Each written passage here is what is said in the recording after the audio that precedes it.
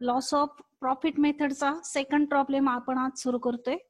Problem तुम्हाला मी देते. Problem अगोदर लिहून घ्या. 5 मिनिटं मी वेळ देणार आहे प्रॉब्लेम लिहिण्यासाठी आणि त्यानंतर आपण सोल्युशनला सुरुवात करू.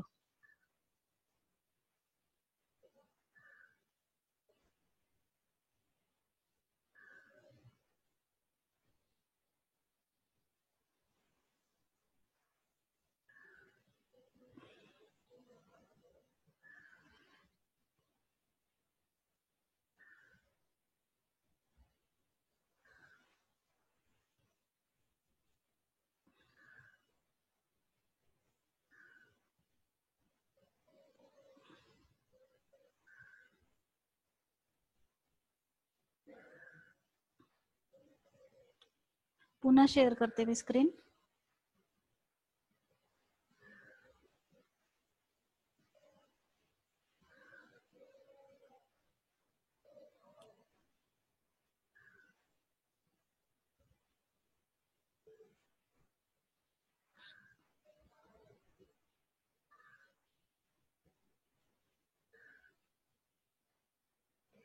बघा स्क्रीन दिसते तुम्हाला. स्क्रीनवरून प्रॉब्लेम अगोदर तुम्ही लिहून घ्या.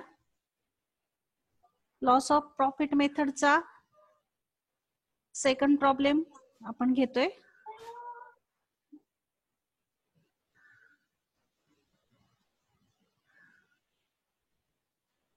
From the following information, calculate amount of claim under loss of profit policy. Given information is: first, date of fire 1st April 2014. Then second, period of indemnity. Period of indemnity, INDEMNITY. Period of indemnity 4 months. Then third, policy amount. Policy amount 3 lakhs. Policy amount 3 lakhs. Then sales from 1st January 2013 to 31st December 2013, rupees 18 lakhs. Then sales from 1st April 2013 to 31st March 2014, 20 lakhs. Then net profit for the year 2013. Net profit for the year 2013, rupees 2 lakh. And standing charges rupees 2 lakhs, in bracket, out of which rupees 40,000 were uninsured. Out of which rupees 40,000 were uninsured, bracket complete. And last one is sales during the dislocation period, rupees 2 lakh, and during corresponding period in last year, rupees 6 lakhs. Rupees 6 lakhs. Problem सर्वांनी लिहून घ्या.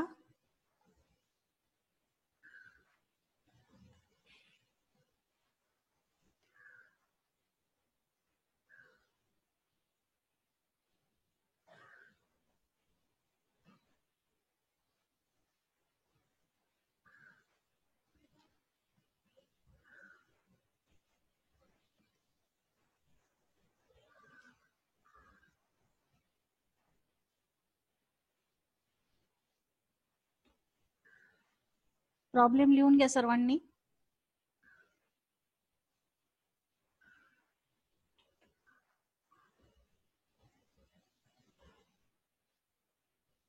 आणि लिहून झाल्यानंतर raise hand करा.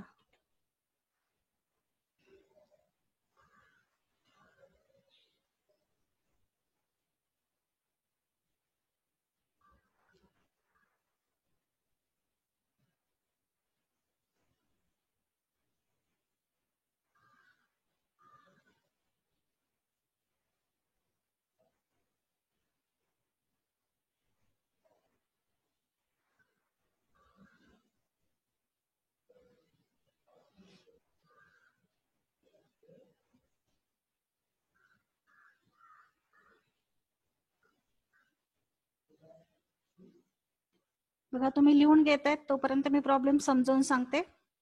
Date of fire business प्रिमायसिसला आग लागलेली आहे 1 एप्रिल 2014 ला आणि इंडेमिनिटी पिरियड दिलेला आहे. प्रत्येक प्रॉब्लेम मध्ये डिसलोकेशन पिरियड असं नाव येईल असं नाहीये. काही प्रॉब्लेम मध्ये इंडेमिनिटी पिरियड असं देखील नाव येऊ शकतं. इंडेमिनिटी पिरियड म्हणजे असा पिरियड की जो आपण रेकॉर्डली नोंदवलेला आहे पॉलिसी काढताना, तो आहे 4 महिन्यांचा. त्यानंतर पॉलिसीची अमाऊंट दिलेली आहे 3 लाख रुपये आणि सेल्स जे आहेत ते 2 सेल्स असे आहेत की जे पूर्ण 1 वर्षाचे आहेत. एक सेल्स आहेत 1 जानेवारी ते 31 डिसेंबरचे 18 लाख रुपये आणि दुसरे सेल्स आहेत 1 एप्रिल ते 31 मार्चचे 20 लाख रुपये. आता हे जे 2 सेल्स आहेत त्यापैकी एक सेल्स आपण ग्रॉस प्रॉफिटचा रेट कॅल्क्युलेट करताना घेणार आहोत आणि दुसरे जे सेल्स आहेत ते आपण इन्शुरन्स कव्हर रिक्वायर काढताना घेणार आहोत. मग ग्रॉस प्रॉफिटचा रेट काढताना कोणते सेल्स घ्यायचे, तर त्यासाठी आपल्याला नेट प्रॉफिट किंवा स्टँडिंग चार्जेस साठी जी तारीख दिलेली असेल ती पाहावी लागेल. मग बघा net profit for the year 2013 म्हटलेले, याचा अर्थ डिसेंबरला इयर एंडिंग असेल. मग डिसेंबर 13 जे सेल्स असतील ते आपण ग्रॉस प्रॉफिट साठी घेणार आहोत. मग डिसेंबर 13 सेल्स आहेत 18 लाख रुपये. मग 18 लाख रुपये आपण ग्रॉस प्रॉफिट कॅल्क्युलेट करताना घेणार आहोत. आणि जे दुसरे सेल्स आहेत ते बरोबर आग लागल्याच्या 1 दिवस अगोदरचे आहेत. बघा आग लागल्याची तारीख आहे 1 एप्रिल 2014 आणि हे जे सेल्स आहेत 20 लाख रुपये ते बरोबर 31 मार्च 2014 पर्यंतचे, म्हणजे आग लागल्याच्या 1 दिवस अगोदरचे. मग हे जे सेल्स आहेत हे आपण इन्शुरन्स कव्हर रिक्वायर काढताना घेणार आहोत 20 लाख रुपये. त्यानंतर नेट प्रॉफिट दिलेला आहे 2013चा 2 लाख रुपये आणि स्टँडिंग चार्जेस नाव आहे ते आहेत 2 लाख रुपये. पण कंसात म्हटलंय की आउट ऑफ विच ₹40,000 वेअर अनइन्शुअर्ड. मग 2 लाखापैकी जे 40,000 रुपयाचे सेल्स आहेत ते अनइन्शुअर्ड आहे स्टँडिंग चार्जेस, म्हणजे त्यांचा विमा उतरवलेला नाहीये. मग एकूण स्टँडिंग चार्जेस 2 लाख रुपये आहेत, त्यापैकी 40,000चे अनइन्शुअर्ड आहेत. मग 40,000 रुपये आपण मायनस करणार 2 लाखातून, मग राहिले 1,60,000 रुपये. मग आपण कॅल्क्युलेशन साठी जे सेल्स घेणार आहोत ते घेणार आहोत 1,60,000 रुपये. पूर्ण 2 लाख घ्यायचे नाही कारण की त्यापैकी 40,000चे अनइन्शुअर्ड आहे आणि आपण घेताना इन्शुअर्ड स्टँडिंग चार्जेस घेतो, म्हणजे ज्याचा विमा उतरवलेला आहे तेच स्टँडिंग चार्जेस घेतो. म्हणून 2 लाख न घेता आपण घेणार 1,60,000 रुपये. त्यानंतर सेल्स दिलेले डिसलोकेशन पिरियड मधले 2 लाख रुपये आणि करस्पॉन्डिंग पिरियड मधले लास्ट इयरचे 6 लाख रुपये. हे आपण पहिलं कॅल्क्युलेशन करताना म्हणजे शॉर्ट सेल्स कॅल्क्युलेट करताना घेणार आहोत. पण इथे तारीख नाही दिलेली, आपण त्यामध्ये तारीख टाकून घेणार आहोत. मग तारीख कशी टाकायची, तर आग लागल्याच्या तारखेपासून पुढे 4 महिने काउंट करायचे. मग एप्रिल मध्ये आग लागलेली आहे, एप्रिल पासून 4 महिने काउंट करा, एप्रिल, मे, जून आणि जुलै. मग तुम्ही 31 जुलैची तारीख टाकली तरी चालेल किंवा ती नाही समजली तर तुम्ही 1 दिवस पुढची टाका तरी चालेल, किंवा तारीखच नाही समजली तर तुम्ही करस्पॉन्डिंग पिरियड आणि डिसलोकेशन पिरियड असे शब्द वापरले तरी चालतील. आता आपण प्रॉब्लेम सॉल्व्ह करायला सुरुवात करू. फर्स्ट कॅल्क्युलेशन घेतो आपण शॉर्ट सेल्सचं. पहिलं कॅल्क्युलेशन घ्या, कॅल्क्युलेशन ऑफ शॉर्ट सेल्स.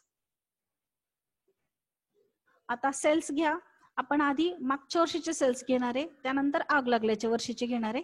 इथे मी नाव टाकले बघा, सेल्स ड्युरिंग करस्पॉन्डिंग पिरियड आणि तारीख टाकलेली आहे 1 एप्रिल 2013 टू 31 जुलै 2013, म्हणजे 1/4/2013 टू 31/7/2013. अमाऊंट आपल्याला दिलेली आहे 6 लाख रुपये. लास्टचं जे इन्फॉर्मेशन आहे आपली त्यामध्ये आपल्याला ही इन्फॉर्मेशन दिली आहे. करस्पॉन्डिंग पिरियड मधले सेल्स आणि डिसलोकेशन पिरियड मधले सेल्स लेस सेल्स ड्युरिंग डिसलोकेशन पिरियड, त्याला तारीख टाकताना फक्त वर्ष चेंज करा. 1 एप्रिल 2014 टू 31 जुलै 2014 म्हणजे 1/4/2014 टू 31/7/2014. ते दिले आहेत ₹2 lakhs. दोन्हींची वजाबाकी करा. वजाबाकी करून उत्तर लिहा. उत्तर येतंय 4 लाख रुपये. उत्तर येतंय 4 लाख रुपये.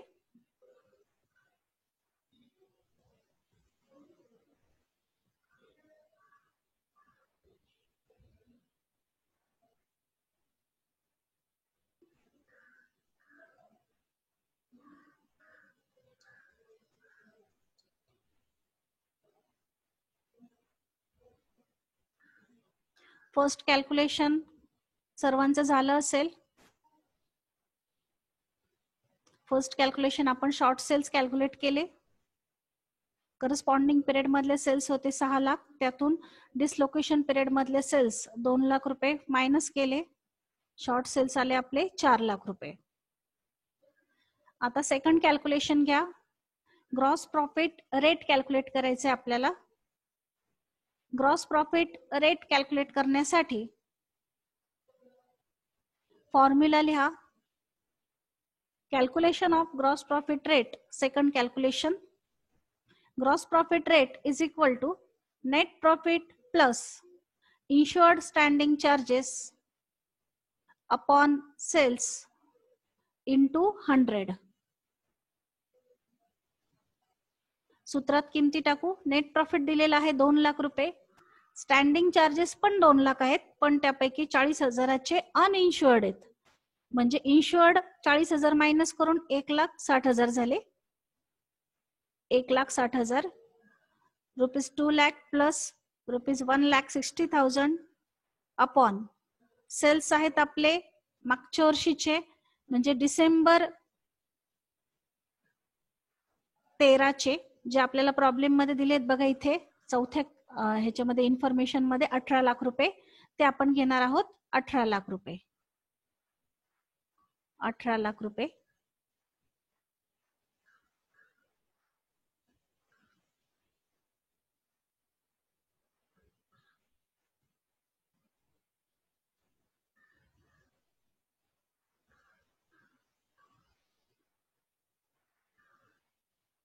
कॅल्क्युलेशन करा आणि उत्तर काढा. कॅल्क्युलेशन करा. तुम्ही एक स्टेप वाढवली तरी चालेल. आधी बेरीज करून घ्या. 3,60,000 छेद 18 लाख गुणिले 100. 0 0 कॅन्सल करा. 18 दुने 36. कॅल्क्युलेशन करून आपला ग्रॉस प्रॉफिटचा रेट येतोय 20%. 20%. त्यानंतर थर्ड स्टेप आहे, आपण लॉस ऑफ प्रॉफिट कॅल्क्युलेट करतो. पहिल्या 2 स्टेपचा गुणाकार म्हणजे तिसरी स्टेप आपली. Calculation of loss of profit. Loss of profit is equal to gross profit rate into short sales. मग तुमचा ग्रॉस प्रॉफिटचा रेट आहे 20% आणि शॉर्ट सेल्स आपण फर्स्ट कॅल्क्युलेशन मध्ये कॅल्क्युलेट केलेले आहेत 4 lakhs रुपीज. 4 लाखावर 20% कॅल्क्युलेट करा. ते येत आहेत 80,000 रुपये. 80,000. 80,000.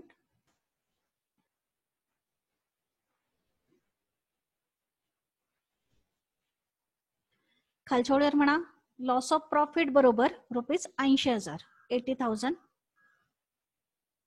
इथे आपली तिसरी स्टेप कंप्लीट झाली. फर्स्ट स्टेप मध्ये आपण शॉर्ट सेट कॅल्क्युलेट केले. सेकंड स्टेप मध्ये आपण ग्रॉस प्रॉफिटचा रेट कॅल्क्युलेट केला आणि थर्ड स्टेप मध्ये आपण दोन्ही स्टेपचा गुणाकार करून लॉस ऑफ प्रॉफिट कॅल्क्युलेट केला.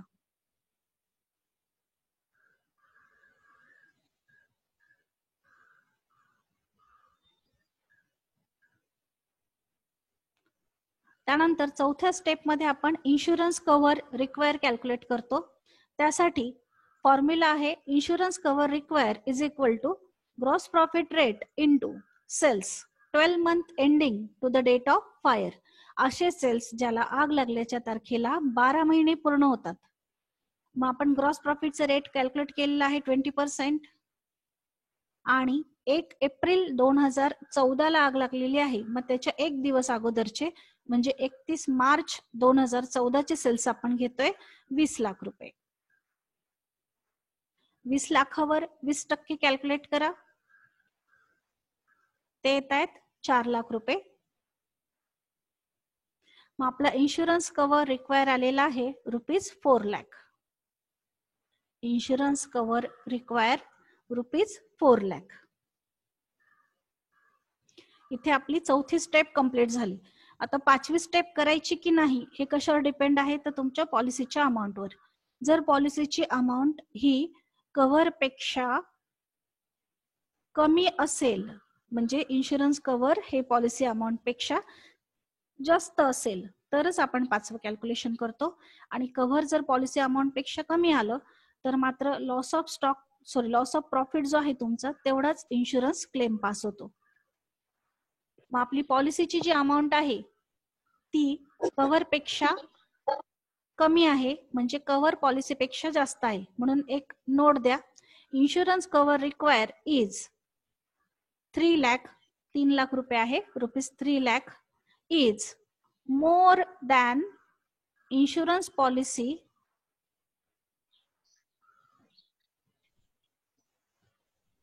कव्हर आपण 4 लाख रुपये काढलेले ना, कव्हर 4 लाख रुपये आहे आणि पॉलिसीची अमाऊंट जी आहे ती आपल्या प्रॉब्लेम मध्ये पहा, पॉलिसीची अमाऊंट किती दिलेली आहे 3 लाख रुपये आहे. त्यानुसार नोट लिहा, इन्शुरन्स कव्हर रिक्वायर ₹4 लाख करा, 4 lakh is more than insurance policy amount 3 lakh. So application of average clause. So application of average clause. Insurance cover require ₹4 lakh is more than insurance policy amount ₹3 lakh. So application of average clause. आता average clause चं सूत्र वापरा. average clause चं सूत्र वापरा.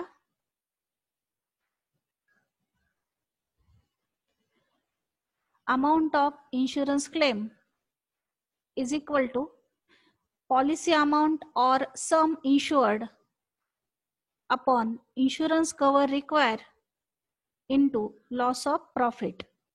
Policy amount किंवा sum insured छेद insurance cover require गुणिले loss of profit. सूत्रात किमती टाका, ₹3 lakh upon ₹4 lakh into ₹80,000. 0 cancel करून कॅल्क्युलेशन करा. कॅल्क्युलेशन करून उत्तर येते 60,000, 60,000 रुपये. Amount of insurance claim is equal to 60,000, 60,000. Amount of insurance claim is equal to 60,000, 60,000. इथे आपला प्रॉब्लेम संपलाय. जर कुणाचं लिहायचं राहून गेलेलं असेल तर त्यांच्यासाठी मी मागच्या ज्या स्लाइड्स आहेत त्या पुन्हा शेअर